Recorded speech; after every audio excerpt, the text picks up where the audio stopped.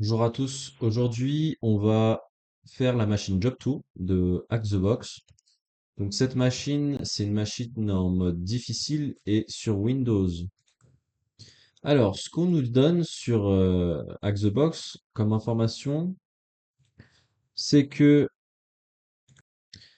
on est sur un environnement Windows avec un HMail server d'installer, qu'il y a une version vulnérable de Vim Backup et pour l'escalade de privilèges, on exécute sous SQLserver.exe. Donc moi je le dis de base, je l'ai déjà fait cette machine, je l'ai déjà flagué. Je ne regarde jamais les machines info au début, sauf quand je suis en galère. Mais sinon je le regarde après vraiment quand j'arrive pas. Je préfère ne pas me faire spoil et lancer directement la machine. Bon après on sait que c'est une Windows donc mais bon avec le scan up on le verra dans tous les cas. Du coup là je vais faire spawn la machine directement. Je vais me rendre sur Kali Linux. Je vais aller sur le bureau numéro 2. Je vais lancer le VPN pour me connecter avec The Box.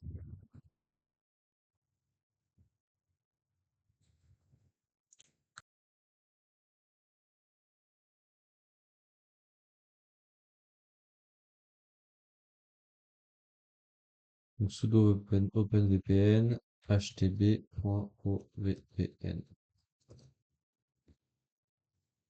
Ok, donc le VPN a l'air de fonctionner. On va aller sur le bureau numéro 1. La machine, elle est lancée. On récupère l'IP. On va récupérer mon IP aussi.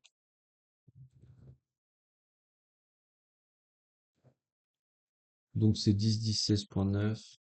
Donc cette IP-là, elle va me servir plus tard pour si j'ai besoin de faire un pont de connexion entre la machine et mon ordinateur. Donc la machine cible et mon ordinateur.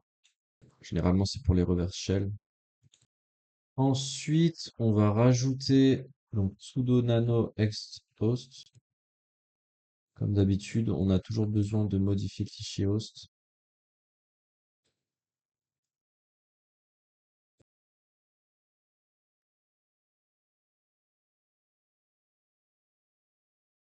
Tout.htb.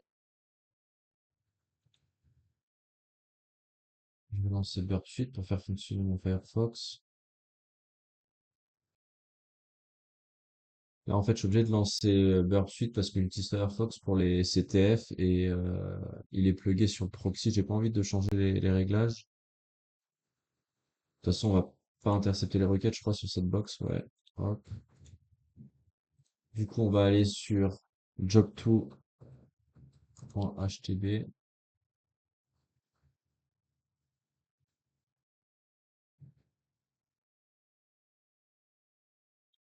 Ok, le serveur fonctionne, vous voyez, en HTTP 2. Donc là, j'ai même pas commencé le scan, que j'ai déjà regardé s'il y avait un serveur web disponible. Apparemment, oui. On a quand même une erreur 404, donc le fait d'avoir modifié le fichier HTC, ETC host, ça nous a permis de de pointer l'IP sur le nom de, enfin le nom de domaine sur l'IP, pardon. Donc ça, c'est prêt. Maintenant qu'on est prêt, on va lancer un Nmap directement, comme dans tous les CTF ou même dans tous les pentests. Ça commence toujours par le Nmap. Donc, on va mettre nmap-v, l'adresse IP ici, -a, -t4 et -pn. Donc, -v, c'est pour le verbose. -a, c'est le mode agressif, en fait, pour avoir la version des services, le traceroute, etc. Ensuite, T4, c'est pour le timing agressif. Ça, faut pas le faire en situation réelle parce qu'on peut se faire kick du serveur, on peut se faire ban directement. Donc, ça pourrait flinguer un Nmap de mettre cette commande-là en production. Faut pas le faire, hein, les gars. Et PN, c'est pour désactiver le ping ICMP. En fait, si on met pas ce flag, on n'aura pas accès au scan. Ok.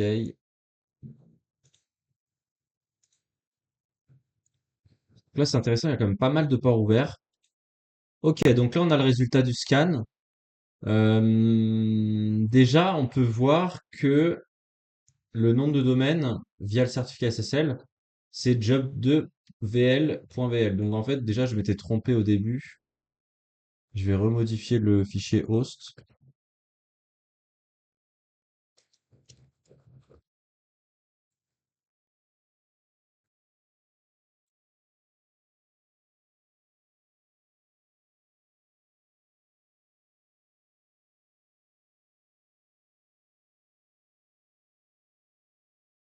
W, donc là, je vais mettre le premier nom de domaine et le sous-domaine derrière. Voilà, déjà ça, c'est réglé. Du coup, on va aller directement dans le navigateur. Job2.vl. Ok, donc là, c'est bon, le site fonctionne. C'est intéressant. Hop, je vais redécaler la fenêtre. Ok, du coup, là sur le site, ils nous disent quoi? Ils nous disent que c'est une entreprise qui loue des bateaux et, et qui sont en train de chercher un capitaine pour le bateau pour rejoindre l'équipe. Donc là, ils disent que le candidat idéal, c'est un capitaine qui a une licence. Là, dedans, ils nous disent que si on est intéressé, on est obligé de lui envoyer un CV à cette adresse email-là, en Microsoft Word document.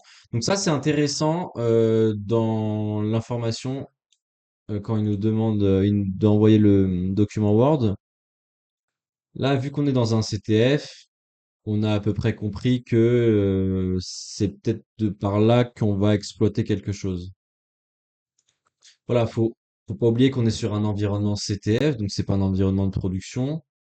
Et du coup, chaque petit indice, ça nous montre un petit peu le chemin à suivre. Après, voilà, quand on est perdu, on peut toujours se rendre sur Hack the Box et voir l'information de la machine. Après aussi, quand on regarde le Nmap de tout à l'heure, on peut voir sur le port 25 qu'il y a le HMail serveur. Donc ça va être notre canal de livraison ici. Ensuite, dans le CTF, ce qui est intéressant aussi, c'est qu'on a ces trois ports là qui sont ouverts. Et en fait, là, c'est pas écrit explicitement, mais en fait, ce truc-là, c'est un service VIM qui permet de faire du backup du serveur entier. Et en fait, nous, ça va nous intéresser en tant que pentester de savoir qu'il y a un service de backup parce que généralement, le service de backup, il exécute tout le temps avec les droits système. Donc les droits root, c'est l'équivalent de root chez Windows.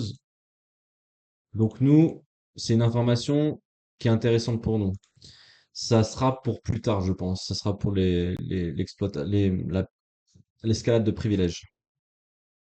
Donc du coup, comme on sait que ces ports-là, ça signifie que la signature, c'est le VAIM Backup and Replication, ce qu'on va faire, c'est qu'on va aller sur Google, on va taper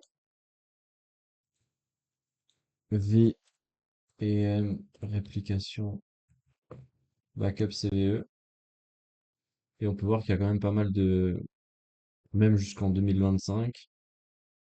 Ok, donc il y a pas mal de failles de sécurité.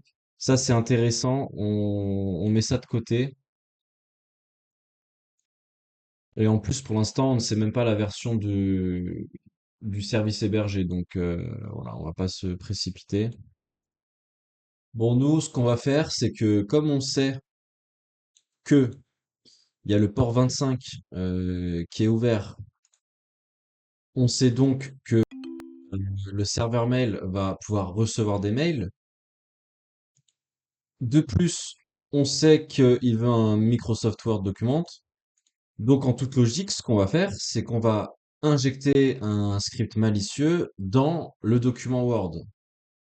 Là, on est sur un CTF, donc je pense qu'au moment de l'envoi du document, il sera directement exécuté automatiquement, comme s'il y avait un humain derrière qui avait ouvert la candidature. En fait, c'est ça le thème aussi du CTF, c'est que des fois, il y a des captures de flag comme ça où nous, en tant qu'humains, on va effectuer une action et eux, derrière, il y a une machine en fait qui va réagir comme si c'était un humain. Vous voyez ce que je veux dire? Parce que là, en soi, la machine, il n'y a personne derrière qui gère. Du coup, on sait que Word, il y a des grosses failles de sécurité sur les macros. Pour ceci, on va se rendre sur Word, donc sur Windows. Alors, on aurait pu le faire aussi sur Linux. En fait, des fois, lorsqu'on fait du hacking, on peut aussi utiliser Windows dans certains cas de figure. Celui-là, bah, on sait que Microsoft Word de Microsoft, donc qui dit Microsoft dit Windows. On aurait pu le faire dans Kali Linux avec LibreOffice. Donc là, du coup, on va aller dans Affichage, Macro, Afficher les macros. On va cliquer sur Créer. Une fois qu'on a ouvert le Microsoft Visual Basic pour application, vous voyez, il faut dérouler Project, Microsoft Word Object et double-cliquer sur Vis Document. Et c'est là en fait où on va mettre le payload. Donc moi le payload, l'objectif dans le code qu'on va écrire ici, ça va être de faire en sorte que quand la cible va ouvrir le document Word piégé, ça va envoyer un reverse shell chez nous. Donc pour cela, en fait, il faut connaître l'adresse IP de la machine, donc notre machine à nous, puisqu'en fait c'est la victime qui se connecte à nous. Sur mon write-up de mon site whitehat.fr, j'avais mis le, le code que j'avais écrit, je l'avais mis ici dans le rapport, donc on va utiliser ce code-là. Donc on sélectionne le code, on copie, on retourne sur Word, sur la fenêtre, on colle. Là, il faut aussi qu'on mette le base64 payload. Pour générer donc ce fameux payload, on va aller dans Kali Linux, on va taper echo-n ix. Donc ça c'est du PowerShell. Alors voilà, c'est ça aussi le truc, c'est que quand vous hackez une machine Windows, vous passez du temps à jongler entre l'environnement Linux, Windows. Donc des fois, on va taper du code Linux, enfin du code du bash Linux. Des fois, on va taper du code Windows, donc du PowerShell ou du CMD. Et en fait, c'est vrai que la capacité d'un bon hacker, c'est justement de pouvoir s'adapter à l'environnement dans lequel il se trouve. Donc l'adresse IP, c'est 16.9 à la fin, il me semble. Là, on va mettre le charge.txt. Alors voilà aussi, quand vous mettez des guillemets, faut pas se tromper. Pardon, des apostrophes. Là, on va piper sur iconv-t utf16 utf16 le, je crois que c'est ça. Non, il y a un tiret là. utf-16le.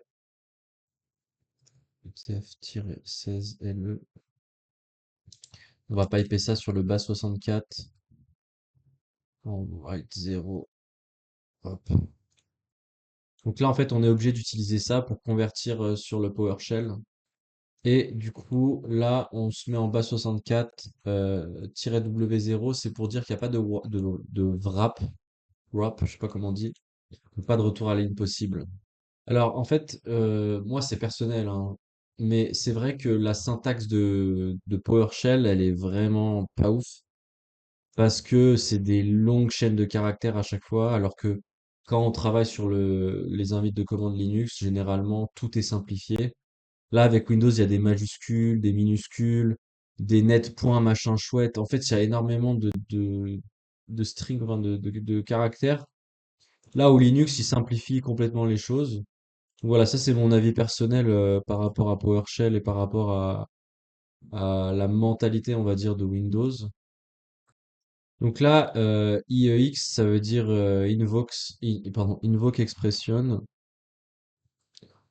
En fait, ça exécute en mémoire le script téléchargé. Donc ça, c'est parfait. C'est un peu comme si on faisait un wget, un wget, et qu'on pipait sur une commande bash. Le pipe aussi, pour ceux qui savent pas, c'est quand on fait du chain, c'est quand on enchaîne les commandes. Là, on enchaîne le fait d'afficher du texte. Euh, on le pipe avec IconV pour l'encodage et on le pipe derrière pour avoir du base 64. Donc du coup, à la fin, on aura une chaîne de caractères encodée en base 64. Base 60, le base 64, c'est vraiment quelque chose en hacking qu'on utilise très régulièrement. Souvent, c'est pour chiffrer enfin chiffrer. C'est pour avoir de la donnée encodée pour escape les apostrophes. Bon, là, je vais un peu loin dans mon raisonnement. Ok, donc du coup, là, on a récupéré le payload. Du coup, on copie, majuscule, CTRL C. Là, on va dans Word, dans le VBA, pardon, et on colle ici. Moi, comme j'ai sur ma Kali Linux, j'ai les VM Tools, je peux faire des copier-coller entre mon réel Windows et ma machine virtuelle. Ça, c'est pareil, c'est important de pouvoir communiquer sur votre PC et sur la machine virtuelle en même temps. Donc là, on a le payload, on va retourner sur Word, on va enregistrer la macro.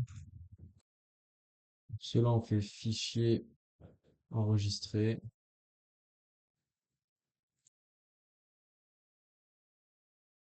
Ok, on peut fermer ça. On retourne sur Word et on va sauvegarder le document. Donc moi, en fait, sur mon Windows, j'ai un répertoire qui s'appelle Shared, ici. Et ça nous permet du coup de faire un dossier partagé, donc shared, c'est-à-dire partagé, entre ma machine virtuelle Kali et mon PC Windows. Donc en fait, quand je vais sauvegarder la candidature, aussi, c'est important, c'est qu'il faut mettre le fichier au format doc, donc pour Word 97, sinon la macro ne s'exécutera pas, la faille ne pourra pas être exploitée. Donc là, j'enregistre ici directement, donc donc là, on est sur, donc là, comme je vous ai dit, ça c'est Windows et ça c'est Linux. On va aller dans CD shared, ls-la, et on peut voir la candidature au .doc qui est ici. Donc on peut voir qu'elle est accessible dans Linux. Ça va être important pour la suite. Ensuite, si vous vous souvenez, c'est que dans la macro qu'on a faite, on avait ici, dans la macro qu'on avait faite ici, modifier, on avait du coup la fameuse chaîne en base 64.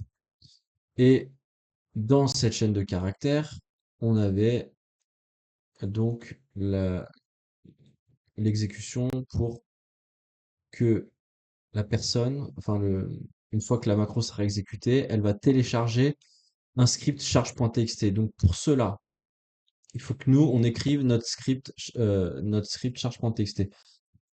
On va faire nano charge.txt. Là, vous voyez, je me trouve dans le répertoire shared. Donc, si je veux que lorsque je vais envoyer la candidature et que l'humain, enfin le faux humain qui va exécuter le document Word va télécharger la charge.txt qui est sur ma machine à moi, en fait, c'est important de comprendre le chemin. Il faudra que j'ouvre un serveur HTTP dans le répertoire shared, là où se trouve la charge.txt.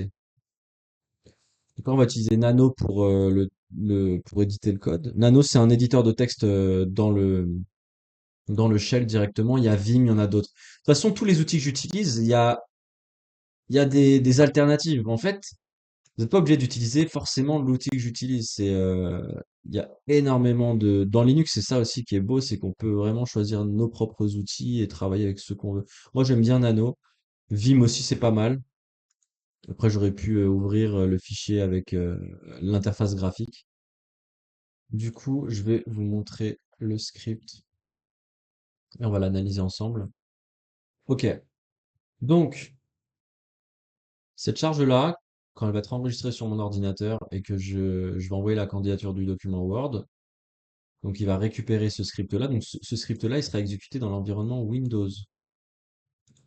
En gros, ce script, il est simple. Il ouvre une connexion TCP vers mon IP sortante, Kali, sur le port 4444. il entre dans une boucle infinie, donc c'est ça la boucle infinie.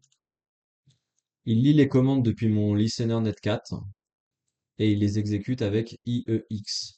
Donc ça, c'est du Windows. Et voilà, donc en gros, là, on a codé quelque chose pour Windows pour faire le pont de communication entre le Windows victime, la cible, donc la CTF, la box, et le PC Kali, donc le mien. Je le répète dans les CTF, souvenez-vous, au début, on a lancé un VPN. Parce que, en fait, quand on fait un CTF, on se connecte directement à l'environnement réseau distant. Ce qui fait que on a une connexion privilégiée dans le sens où notre machine qui est écrit ici, là, attendez, je vais vous montrer sur, je vais déplacer la fenêtre. Comme vous voyez ici, il y a mon adresse IP. Ça, c'est mon adresse IP du réseau VPN qui communique avec la CTF. En fait, ce que je veux dire, c'est que dans l'environnement réel, quand on va faire un reverse shell comme celui-là, et que la machine, elle est sur le réseau Internet et que moi, je suis aussi sur le réseau Internet, mais dans un réseau privé, c'est-à-dire dans le réseau de la box. Donc, ça peut être ta Freebox, ta Livebox, ta Bbox.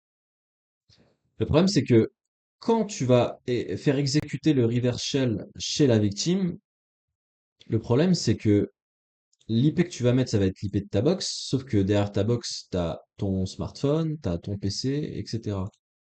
Et pour cela, si tu veux faire pointer une connexion sur Internet vers ton ordinateur à toi, il faut soit que tu aies un VPN. En fait, il y a plusieurs solutions. Mais dans ton cas à toi qui a une box, bah tu vas devoir faire pointer, faire du routage de ta box, donc de ton IP Internet à ton IP réseau privé, qui est 192.168.1.x. Ça, je le précise dans toutes les vidéos parce que je veux que les gens comprennent que il faut avoir des notions réseau pour faire communiquer deux machines. Et dans un cas de CTF, bah, c'est un cas assez spécifique. Dans la réalité, il faudra toujours faire du port forwarding, du port forwarding, du routage en fait. Ok, bon, j'ai un peu trop parlé. On va sauvegarder le fichier. On va le catch pour voir s'il est bien là. J'aime bien vérifier généralement. Ah, vous voyez, j'ai une permission Benid. Alors pourquoi? Ça n'a pas fonctionné. Permission Benid. Ok, bon bah sudo nano charge.txt. J'avais bien vérifié. J'ai bien fait de vérifier. Ok, j'ai eu un petit bug, les amis. Pourquoi? Parce que mon antivirus, il a carrément détecté le machin chouette là, le payload. Il a pas kiffé le payload, donc on va désactiver l'antivirus. Ça, j'ai oublié de le faire, faut que je le fasse à chaque fois, de toute façon, c'est chiant. Interrompre jusqu'au redémarrage, voilà. Hop.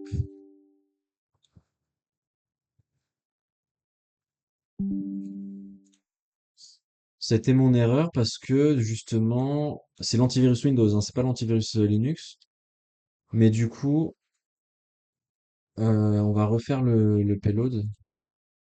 Voilà. Donc là, normalement, on va le catch. Ok, c'est bon. Donc, on a le payload qui est prêt. Ce qu'on va faire là derrière, c'est carrément créer ouvrir les vannes, c'est-à-dire faire en sorte que la charge.txt soit accessible depuis la machine victime pour qu'elle puisse exécuter les scripts. Et en fait, dans le hacking, c'est tout le temps la même chose. C'est euh, des cheminements d'actions qui vont faire en sorte que vous allez accéder au système. Là, on voit mieux. Donc Python 3-m http.serveur, ça c'est pareil, c'est une commande que vous êtes censé connaître par cœur. Sur le port 80, pas besoin d'être se mettre en HTTPS. Le HTTP suffit amplement pour ouvrir. Donc du coup, je vous explique. Quand on fait cette commande-là, on ouvre un serveur HTTP. Ça veut dire que moi, si j'ouvre un autre shell et que je tape curl HTTP, mon adresse IP, donc c'est 10.10.16.9 charge.txt, vous pouvez voir que je peux afficher le script. Et que là, dans le retour, on a bien le log qui dit que quelqu'un a accédé au fichier charge.txt. Désolé, j'avais pas montré sur le shell, mais en gros, je vais vous refaire la commande. Curl HTTP. Hop. Voilà, là, on voit mieux. Comme ça, on voit les deux shells en même temps.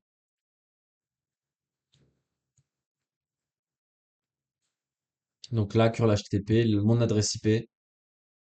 Donc l'adresse IP exposée à Internet, là, dans le cadre du CTF, c'est l'adresse IP de votre machine qui est connectée en VPN au CTF. Charge.txt, vous allez voir, quand je vais appuyer sur entrée, à droite, vous voyez, on a le log.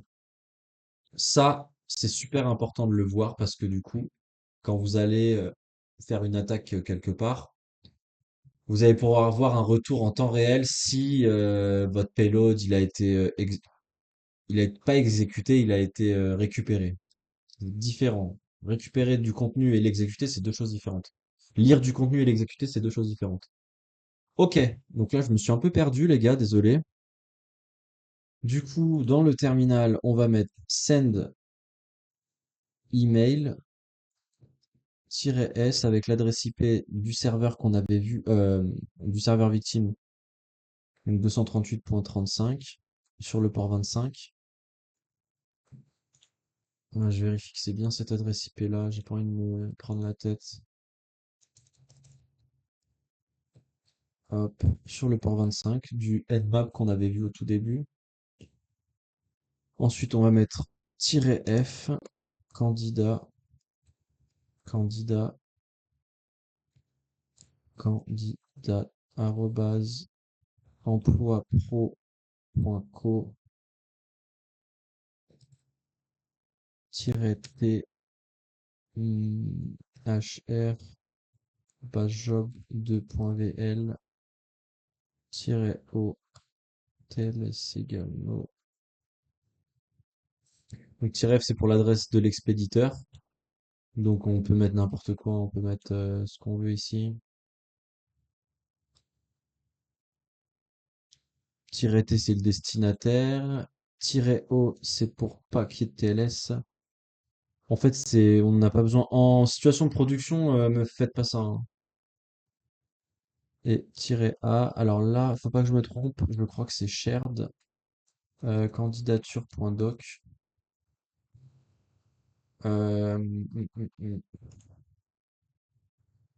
Je vais vérifier où est le fichier. Hop, j'ouvre un nouveau shell. ls shared candidature.doc. Ouais, ok, le fichier est bien présent, donc j'ai bien envoyé. Donc là, c'est en train d'envoyer le mail tout simplement. Donc là, en fait, ce qu'on attend, c'est que une fois que le mail il sera envoyé et il sera exécuté, normalement, là, on va devoir avoir un shell qui apparaît et on va devoir aussi voir ici que la charge.txt, elle est ouverte, enfin, elle a été lue par le serveur distant. Le serveur distant, pardon, je voulais dire la machine victime. Ok, donc là, ça nous a dit exiting receive SYN alarm. Ouais, je me suis trompé sur la commande. Il faut que je rajoute le message ici. Hop. Bon, là, on est dans un CTF, donc on va mettre bonjour. Mais là, normalement, on est censé mettre bonjour, voici ma candidature, blablabla. Donc, on relance. Ça met un petit peu de temps. Du coup, quand ça met un peu de temps, je fais pause dans l'enregistrement de la vidéo. Ok, donc là, c'est parfait. L'email, il a été envoyé, vraiment. Normalement, là, ça devrait pas tarder à arriver. Ok, donc là, on peut voir que la charge, elle a été ouverte et qu'on a reçu ici un shell. Et vous voyez, j'ai tapé pwd et automatiquement, ça m'a lancé un shell sur Windows. Donc là, en fait, Netcat, en écoute, a permis que lorsque la machine distante, elle a exécuté la charge, qu'elle a converti le code et qu'elle l'a exécuté, enfin convertir, elle a exécuté le code en fait qui était dans le charge.txt, eh bien, ça fait un reversal, elle s'est connectée sur ma machine à moi via Netcat qui était en écoute. En fait, Netcat, c'est le récipient, c'est le récepteur, on va dire. Et l'émetteur, c'est la charge qui a été exécutée du côté de la machine Windows, pardon. Donc là, quand moi j'avais fait mes recherches tout seul, l'énumération classique, elle avait rien remonté, donc je vais pas vous faire la démonstration d'une énumération classique. Et on va changer d'approche. Souvenez-vous, sur le Nmap initial, sur le port 5985 ici, on avait donc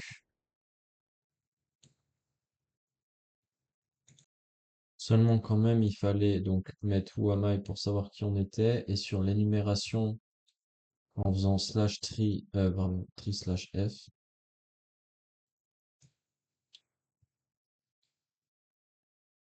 on avait, je sais pas si vous voyez bien là. Hop. Là, il n'y a rien d'intéressant. On va aller dans user. J'ai un peu du mal avec le shell. Ok. Donc là, on sait qu'on a un utilisateur qui s'appelle Ferdinand. Et en fait, c'est ça. Là où on va faire nos attaques, ça va être sur cet utilisateur-là. Je vais mettre le shell ici à gauche. Du coup, là, on va faire du brute force sur l'utilisateur Ferdinand. Le brute force, c'est vraiment la dernière option que vous devez utiliser. Normalement, en situation réelle, le brute force, ça s'utilise quasiment plus, sauf lorsqu'on a un shell. Mais tout ce qui est page d'identification, slash login et tout, dans le serveur web, s'il y a un, s'il y a un WAF, c'est-à-dire un pare-feu web, le brute force ne fonctionnera pas parce que le brute force, le problème, c'est qu'on envoie des millions de requêtes par minute, donc c'est pas conseillé. Mais là, dans notre cas à nous, notre brute force, il va être fait d'une manière différente. C'est-à-dire qu'on va pas faire un brute force comme on devrait essayer de se faire un brute force sur un compte Facebook. C'est un autre style de brute force. Là, on va faire le brute force sur la machine distante en environnement de prod, donc en environnement réel. Ce genre de truc, ça fonctionnera pas parce que si le sysadmin derrière, il a bien configuré sa machine, il pourra pas recevoir autant de requêtes. Déjà, on va voir si le logiciel NXC il est disponible, auquel le logiciel il est bien là, il est bien présent. Du coup, on va taper NXC WinRM parce qu'on cible le protocole WinRM qui est sur le port 5985, il me semble. Les gars, quand vous faites un CTF ou quand vous faites un pentest réel, généralement, faut faire un fichier de notes, hein. Là, je l'ai pas fait parce que je l'ai fait un peu à l'arrache. Mais il faut un fichier de notes avec toutes les datas qu'on a récupérées. Bon, là, mes shells, ils sont ouverts, donc j'ai accès à la donnée directement. L'adresse IP, c'est celle-là. J'ai pas envie de me tromper. -U pour user. Donc là, on va mettre Ferdinand. Espace -P.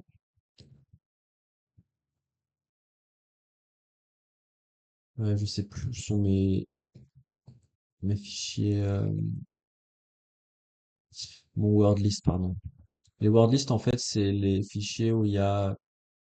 Sur Kali, il y en a. Ok, elle est disponible. Donc, je vais vous montrer un truc, c'est que sur Kali Linux, quand vous installez Kali Linux, vous avez des word lists qui sont déjà disponibles. Nous, on va utiliser celui de RockU, donc, qui est ici. Et là, on va faire du brute force directement. Donc, je me suis trompé.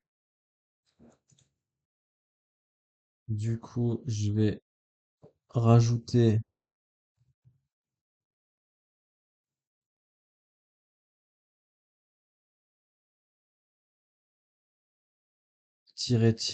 ignore, oula, ignore pw decoding.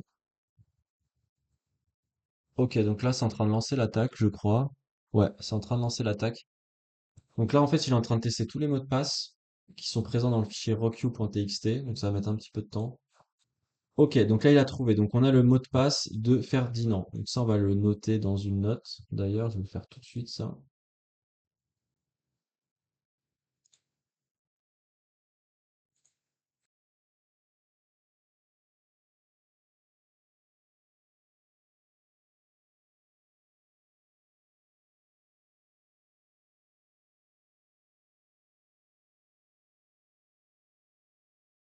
Maintenant, ce qu'on va faire, c'est qu'on va se connecter via EvilWinRM. En fait, EvilWinRM, c'est un paquet qui est sur Linux qui permet d'avoir un shell amélioré pour la connexion à distance sur Windows. Donc en fait, c'est une surcouche du logiciel WinRM, tout simplement. Donc pour ça, on va taper evil-winrm-i,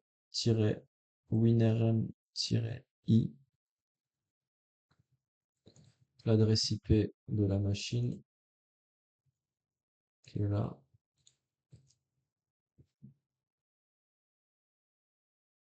tiret u, Ferdinand, et le P-P pour le password. Et là, on va prendre, alors le password c'est franc, vas-y, 1, 2, 3.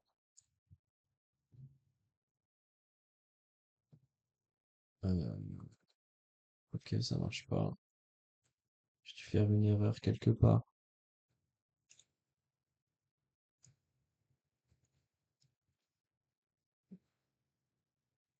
Non, ça ne le fait pas.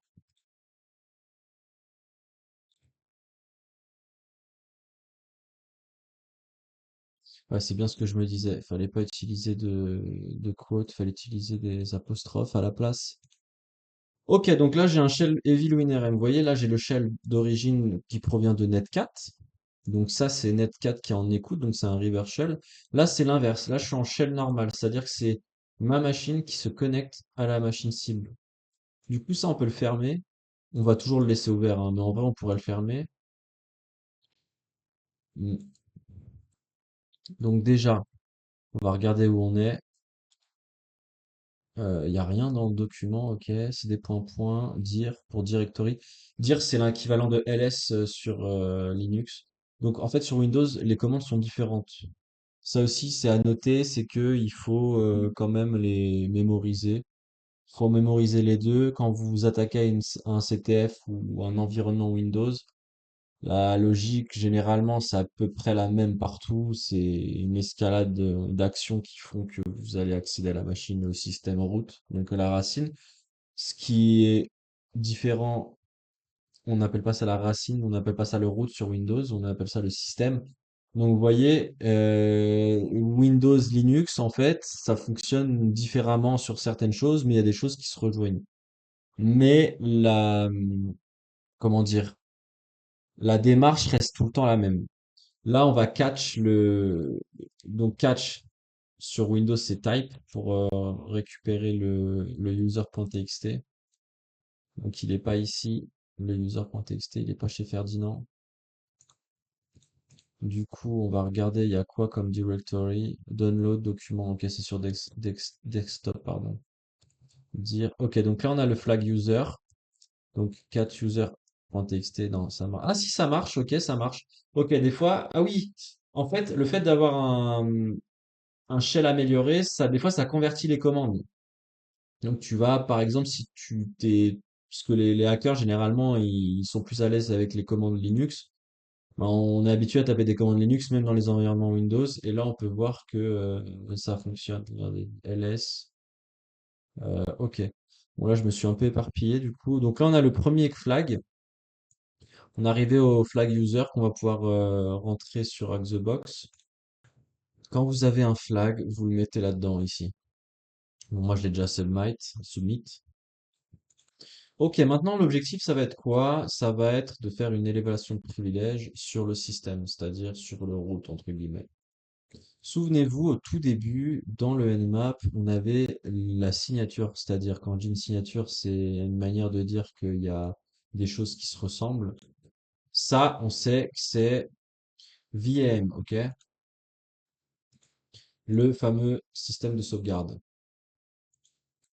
Ok, du coup, la commande qu'on va taper, c'est pour vérifier quelle version de VM est installée. Donc là, on va commencer par la parenthèse. La parenthèse, ça permet de concaténer des chaînes de commandes et de les chain, c'est-à-dire de les enchaîner en fait. Donc getItem, c'est hop, program files vim backup and réplication. backup,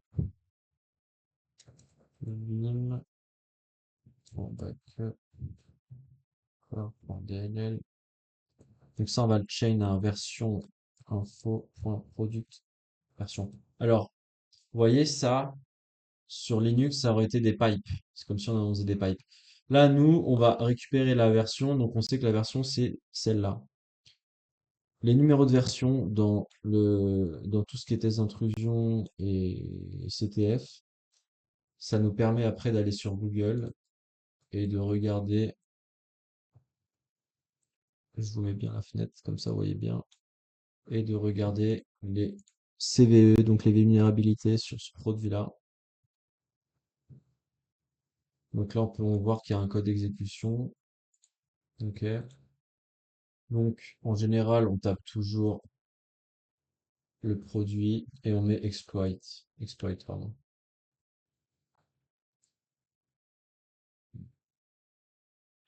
Ok. Là, on peut voir qu'il y a un RCE. Nous, c'est super intéressant pour nous, les RCE. RCE, ça veut dire Remote Code Execution.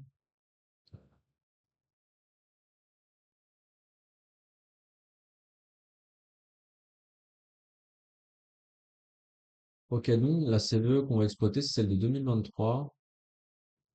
Donc là, tout est expliqué pour l'exploitation. Là, quand on tape exploit le nom de la CVE sur Google, on a carrément un GitHub qui nous explique comment l'exploiter. Donc ça, c'est parfait pour nous. Ça nous permet de comprendre un petit peu comment on va pouvoir accéder à l'escalade de privilèges. On va donc récupérer ce repo qui est ici, copier, et on va le cloner sur notre serveur, pardon, sur notre machine Linux. Du coup, pour ce faire, on va aller dans un nouveau shell, parce que là, tous les shells, ils sont occupés. Donc, on va mettre git clone. Voilà, donc là, en local, j'ai bien euh, l'exploit de la CVE. Ensuite, on va move le répertoire vers opt. On va rajouter sudo.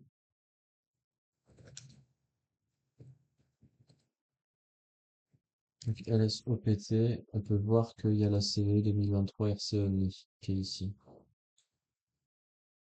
Du coup, nous, on va faire depuis le shell donc qui est connecté à la machine Windows cible, on va faire upload opt, donc CVE-2023-27 532-RCE only pwm.exe sur ces users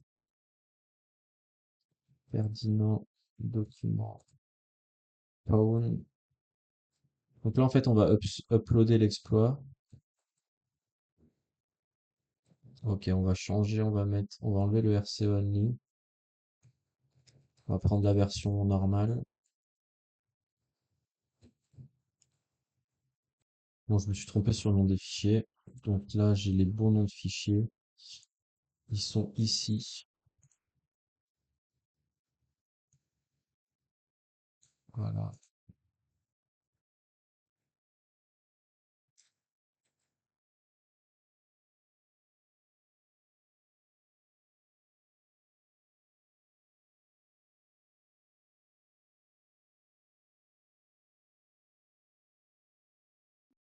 Ok, donc là, j'ai dû retélécharger les fichiers, les mettre propres. Ok, donc là, c'est bon. Là, c'est l'upload fonctionne. Je vais pouvoir tous les uploader un par un.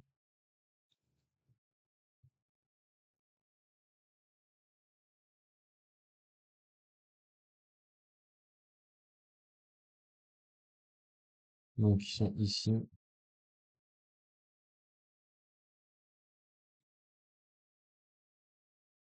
Ok, ça met du temps.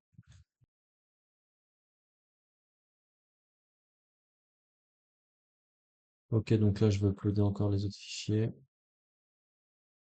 C'est bon, le quatrième, puis le cinquième.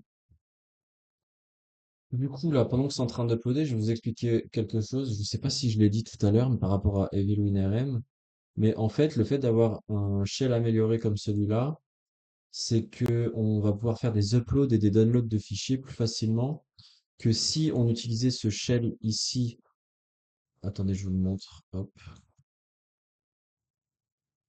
Si on utilisait ce pauvre shell de Netcat, bah, en fait, il faudrait faire des tours de passe-passe pour télécharger les fichiers d'une autre manière avec des commandes beaucoup plus compliquées.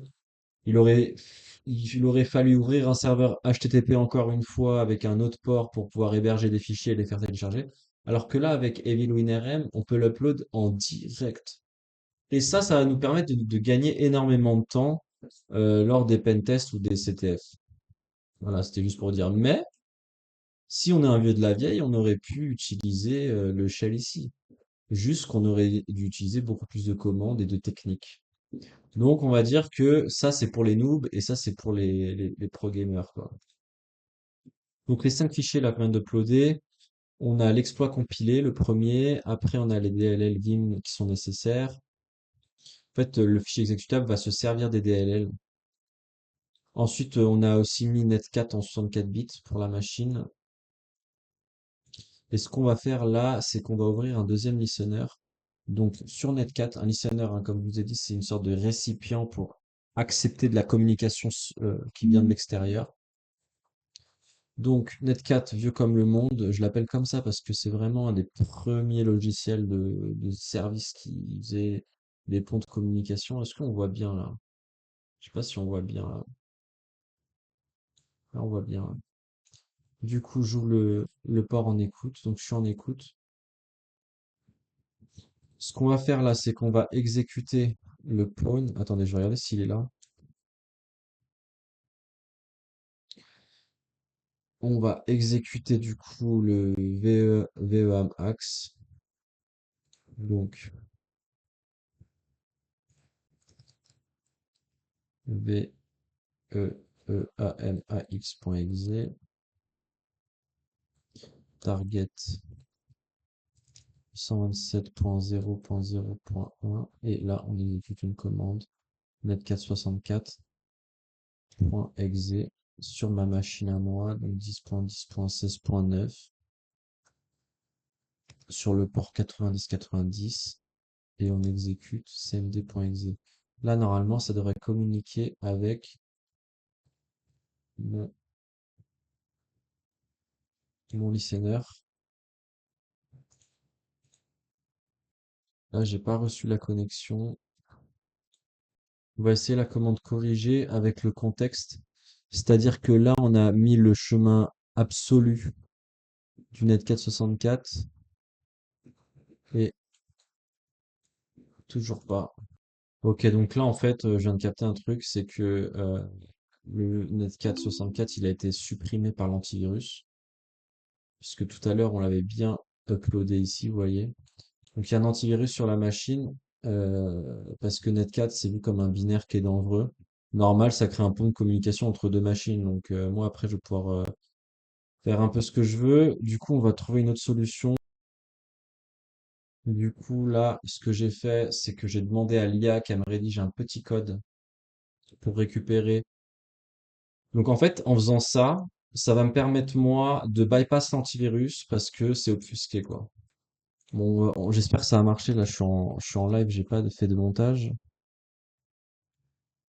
Mais c'est toujours ça en fait. Des fois, il y a des CTF, on le fait une fois, on y arrive, et puis quand on le refait, on se rend compte que c'est plus compliqué que prévu.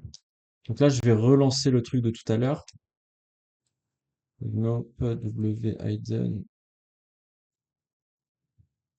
Et là, on va exécuter le fameux bas 64. Ah, c'est bon, ça marche. Regardez. Hop. C'est bon, ça a fonctionné. On a bypass l'antivirus. Donc là, en fait, ce que je viens de faire, c'est qu'on a créé un script euh, qui permet de ne pas se faire détecter par l'antivirus. Du coup, là, on est sur système 32, vous voyez, l'exploit a bien fonctionné, on a fait notre privilège notre escalade de privilèges. Donc là, il faut aller récupérer le flag.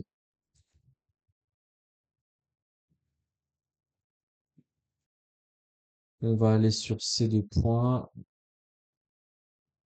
Euh, ces deux points user. Dire, ok, c'est des administrateurs. Donc les flags sur les machines Windows, elles sont souvent sur le desktop. Donc on fait type, donc c'est comme si on faisait un catch. On peut faire un... Non, on peut pas faire catch. Je ne sais pas si on peut faire un catch. Ah si, ça marche aussi le catch. Bon bah des fois je comprends pas. Du coup, on a catch le route. Donc là, le CTF est terminé. Euh, Cette machine, elle est considérée comme hard. Alors pour moi, elle est hard sur la fin, surtout au début, ça va, parce que faire le macro le document Word, c'est assez facile, c'est des trucs de base du hacking et en général. Là, ce qui a été compliqué pour moi dans cette vidéo, c'est que la première fois que j'ai fait le CTF, j'avais pas ce truc de d'obfuscation qu'il fallait faire. Donc du coup, ce que j'ai fait, c'est que j'ai triché entre guillemets, et j'ai utilisé l'IA pour qu'elle me génère un code rapidement, que je me creuse pas trop les méninges, pour justement obfusquer ça. Parce que là, en fait, tout à l'heure, quand on avait fait l'upload, souvenez-vous, là, quand on avait fait l'upload ici, là, quand on a uploadé un peu tous nos fichiers, en gros, le Netcat 64, il a été, il a été supprimé, en fait. Parce que l'antivirus le détecte comme quelque chose de dangereux. Donc, pour récapituler ce qu'on a fait, on a commencé par Nmap. Ensuite, on a fait une énumération web, entre guillemets, une énumération. On est parti récupérer l'adresse mail et on a mis une backdoor dans le document Word. Ça arrive souvent en situation réelle, hein, les backdoors les macros dans les documents Word, ça arrive. Surtout que dans les systèmes d'administration française, il y a beaucoup de vieux ordinateurs qui ont encore des vieilles versions d'Excel. Donc ça, c'est quelque chose qui est intéressant dans le CTF, c'est que c'est un cas qui peut vraiment être possible, c'est-à-dire d'infecter un Word. Ensuite, ce qui s'est passé, c'est que on est parti on savait à l'origine, parce qu'on a de l'expérience, l'histoire là sur le Nmap par rapport au Vim Backup, qui eux ont les droits root. Ensuite, pour le brute force WinRM, ça, moi personnellement, les brute force, c'est quelque chose que j'aime pas faire parce que c'est long, on connaît pas le résultat, on peut pas le prévoir. Là, on savait qu'il y avait le user Ferdinand, parce que quand on avait accédé au premier shell, là je fais le récapitulatif, hein, quand on avait accédé au premier shell, on avait listé les users ici. Et c'est comme ça mais on aurait pu faire un brute force sur Julien en fait, on n'était pas forcément. Mais c'est vrai que sur les CTF, généralement, quand on arrive à un premier user, généralement on trouve toujours un deuxième user et généralement le deuxième user c'est là où il y a le flag à aller chercher. Ensuite, qu'est-ce qu'on a fait d'autre? On a upload les exploits grâce à EvilWinRM. On s'est connecté sur la machine avec le shell qui possède une surcouche supplémentaire, comme je vous disais tout à l'heure. Et puis derrière, bah, on a exécuté l'exploit et après voilà, moi j'ai envie de vous dire, les exploits, c'est pas un exploit d'exécuter un exploit, hein. Là, c'est pas nous qui avons trouvé la faille, hein. On a juste exploité. Ça veut dire que pour moi, le Graal, il revient à celui qui a justement cherché à trouver des vulnérabilités sur ce service-là, là, qui est Vim. Donc voilà, j'espère que cette vidéo vous aura plu. Si vous avez des questions, n'hésitez pas en commentaire. S'il y a des choses à dire, des critiques ou quoi sur comment je fais les vidéos, moi je viens de commencer, donc avec grand plaisir. Je vous remercie, à bientôt, ciao ciao.